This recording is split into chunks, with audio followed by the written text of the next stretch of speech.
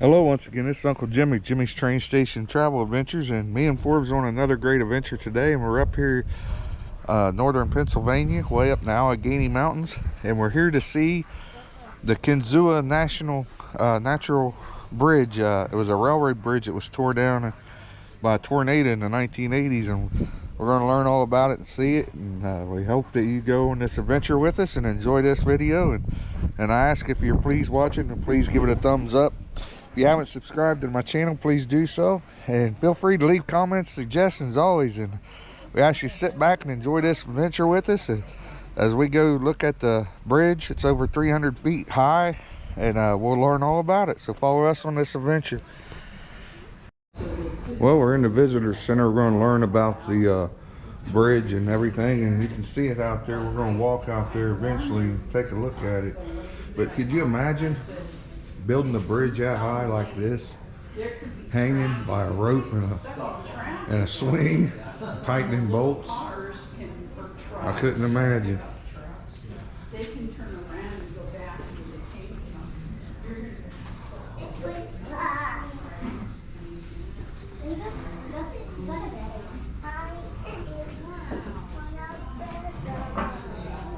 Says abolitionist attorney advocate for women's rights, trusted friend of Brigham Young. As president of New York, Lake Erie, and Western Coal and Railroad, Kane led the charge to build a shortcut through north central Pennsylvania with his wife Elizabeth at his side. Kane lived just long enough to see his final vision realized, a spectacular viaduct crossing high above Kinzua Creek Valley. How much couldn't slow Kane's spirit. His lungs wheezed from a chronic lung condition, but he made it up for frailty and idealism and determination. Civil War injuries didn't hold him back either. Kane limped from a war injury and sported a full beard to mask the wound he received when a Confederate rifle ball crashed through his cheek.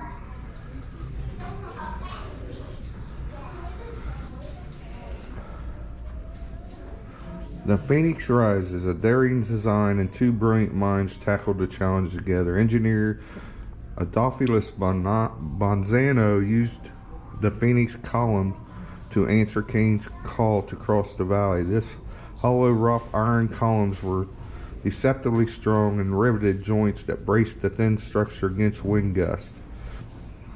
Active Chanute, the project's chief engineer, calculated wind shear and the stress of heavy trains.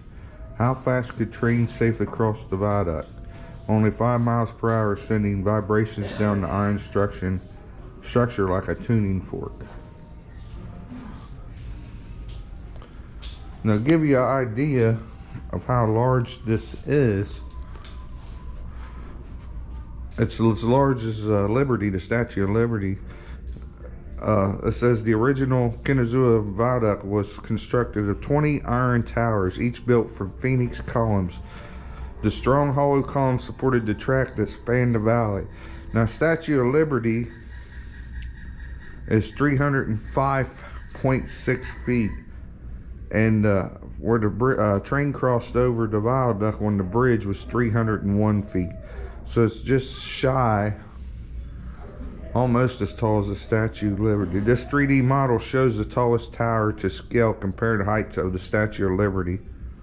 Can you imagine? The bridge is almost as high as the Statue of Liberty. These are pretty cool. Watch this one, then this one. Oh yeah, this is this shows stormy collapse, to rebuild or not to rebuild, of the fallen tower. It shows the tornado going in. See, tornado took out the bridge. Pretty cool.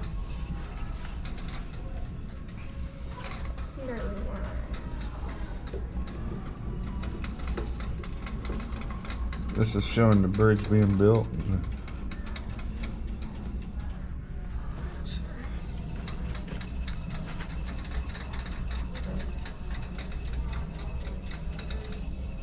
Cool.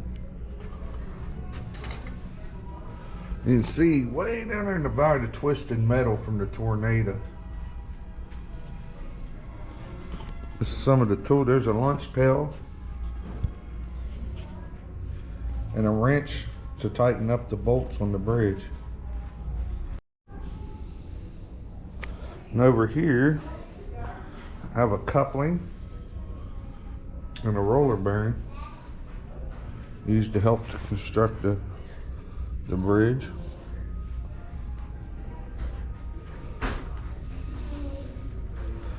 This is a rivet and a driver of the rivet.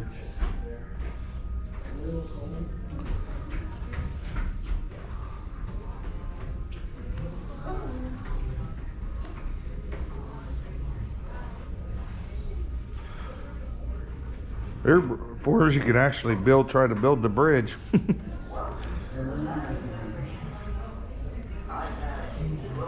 Shows how to build the track for the bridge. Take pieces, try to build the bridge. Magnetic.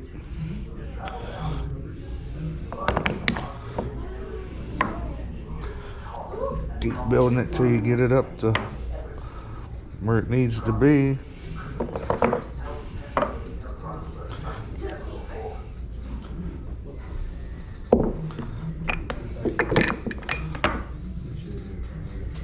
Gives you an example. And then you can build the bridge across. Look, Forrest, I'm building the bridge.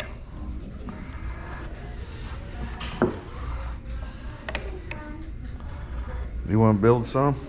I built that much. I don't have any quarters. I just realized that.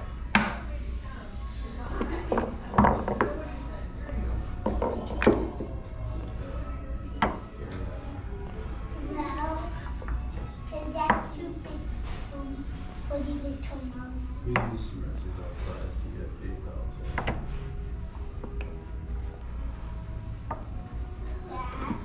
8,000. Help him build it here.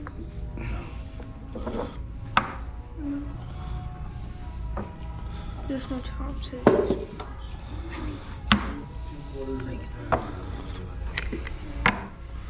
to it. It doesn't have a magnet. That's the problem though, it doesn't have a magnet. Build it. It doesn't have any that have. Almost got it built. There, they don't have magnets on them, but still work, I guess.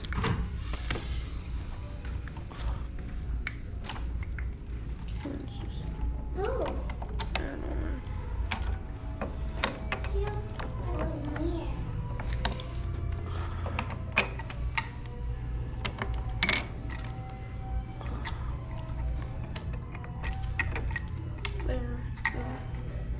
Man, that way the bridge can cross. Cool. So follow us on this adventure. It's got a little like train set up here in a movie.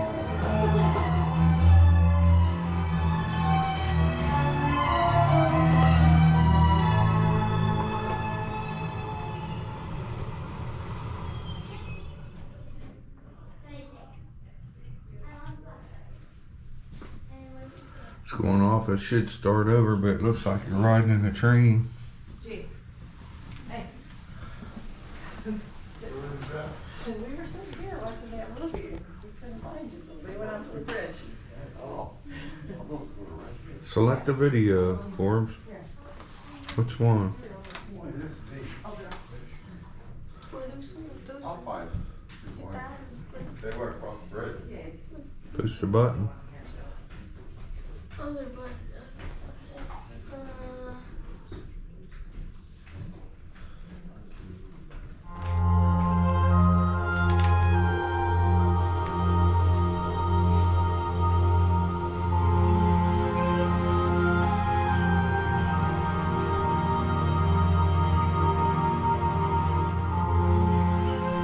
in north-central Pennsylvania, there lies a monument to the past,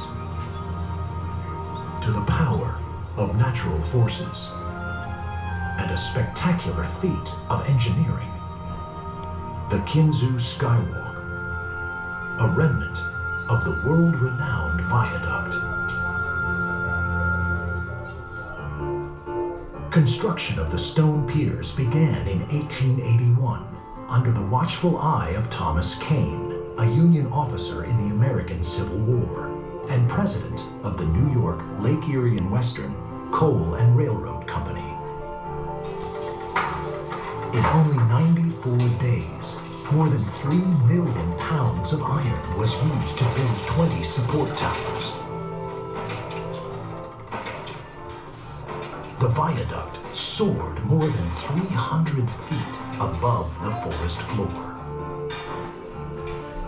At the time, the Kinzua Viaduct was the longest and tallest railroad bridge in the world and was called by many the 8th wonder of the world.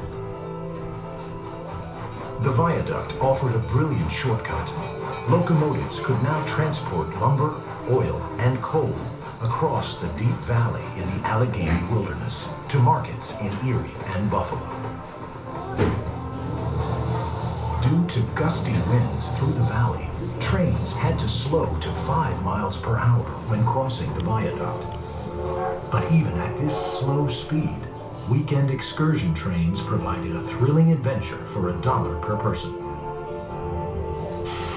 Market demands increased and trains grew larger and heavier to keep up. The iron viaduct couldn't support the extra loads.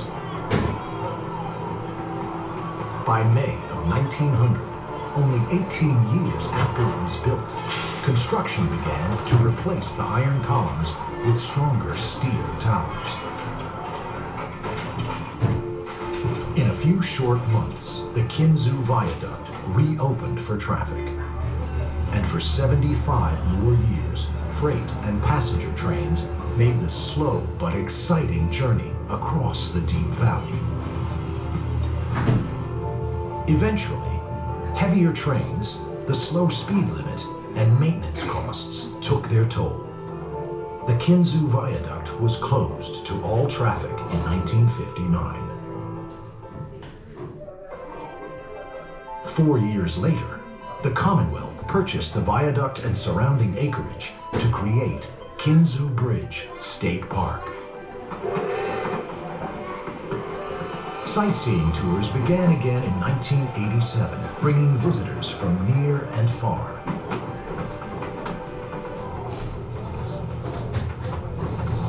After decades of heavy use, the aging viaduct showed signs of wear.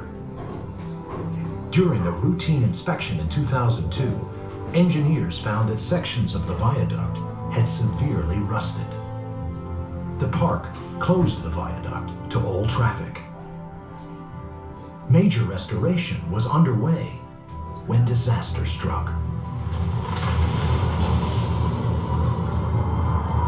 In July 2003, an F1 tornado with wind speeds reaching 100 miles per hour slammed into the Kinzua Viaduct, ripping 11 steel towers from their concrete bases. In the end, only 9 towers were left, looming over the mangled remains of the viaduct.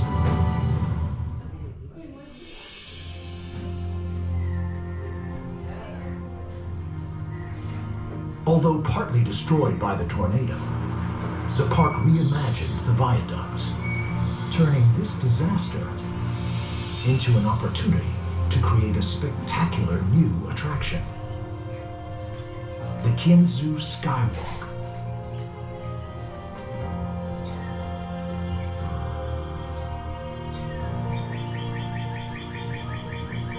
Standing hundreds of feet in the air, the Skywalk offers breathtaking views of the valley below.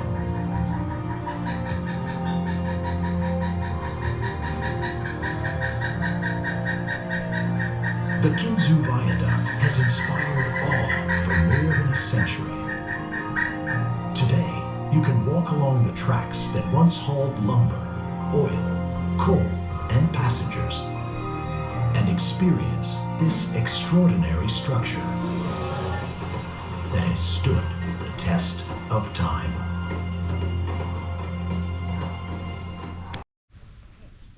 All right, folks, here we go. We're going to go out on the observation deck, part of the bridge. Yeah. Because of the wind, too. 301 feet high. Yeah, it's all the full glass one. See all the twisted metal in the valley. It's crazy. Took out right out the middle section of the bridge. This is amazing. So many things to see out there, folks. You just gotta get on the computer and investigate and Google, and amazing things to see in the world. And I try to bring you with us and show you all our adventures so that you might bring your family and come too. Part of the old railroad they left.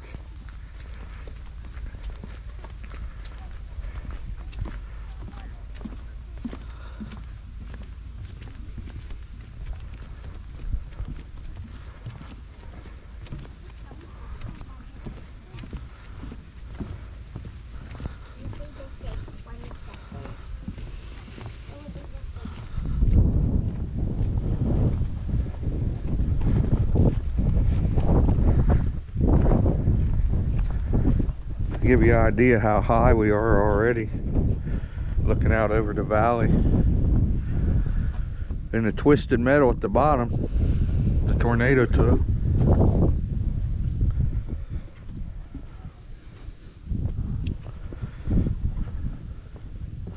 I believe there's a glass floor at the end of this where you can look down too.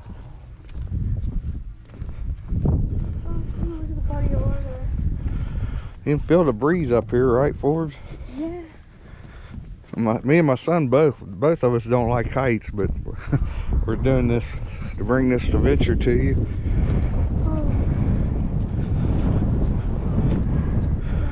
It's really windy up here. I feel like I'm going on a tower flare again.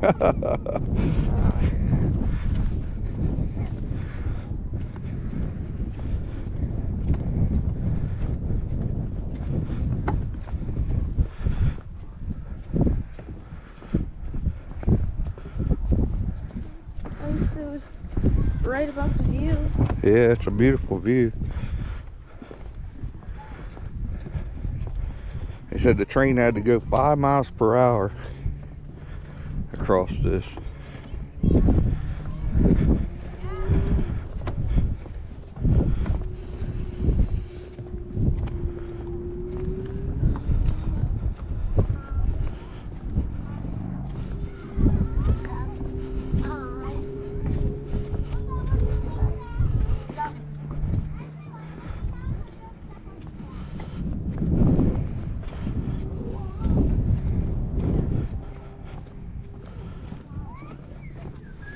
Hope they replace these boards quite often. We don't want to fall through, do we? Nope. If I see a board fall, I'm running the opposite way. Wouldn't be a fun way to go, folks.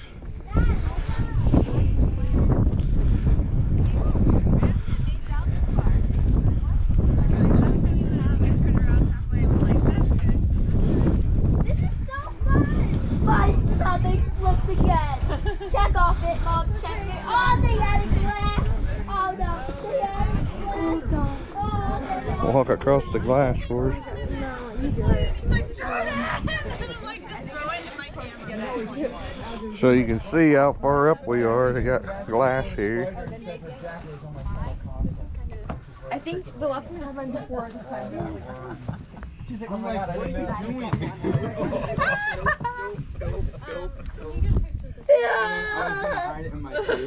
Long way down. I texted Jordan this morning. I said, Mayday, it is not going to work in the boot. It's not going to work. They do have trails at the bottom if we had more time to go down and walk them.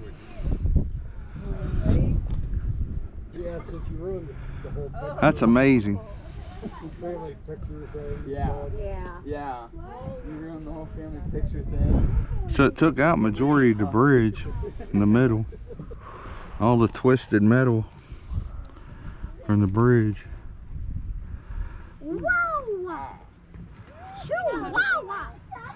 So I'm thinking the tornado came from this direction, the way the bridge is laying. Okay, is this from a tornado? I think this is a scary. So you know how we're supposed to get family photos? If we don't have any photos around the house? Like I said, it's almost as tall up here as the Statue of Liberty. You can see people down there how small they are. Yeah, the metal definitely makes it. This is 301 feet high and the Statue of Liberty is 305 feet high. So the Statue of Liberty is just a little bit taller.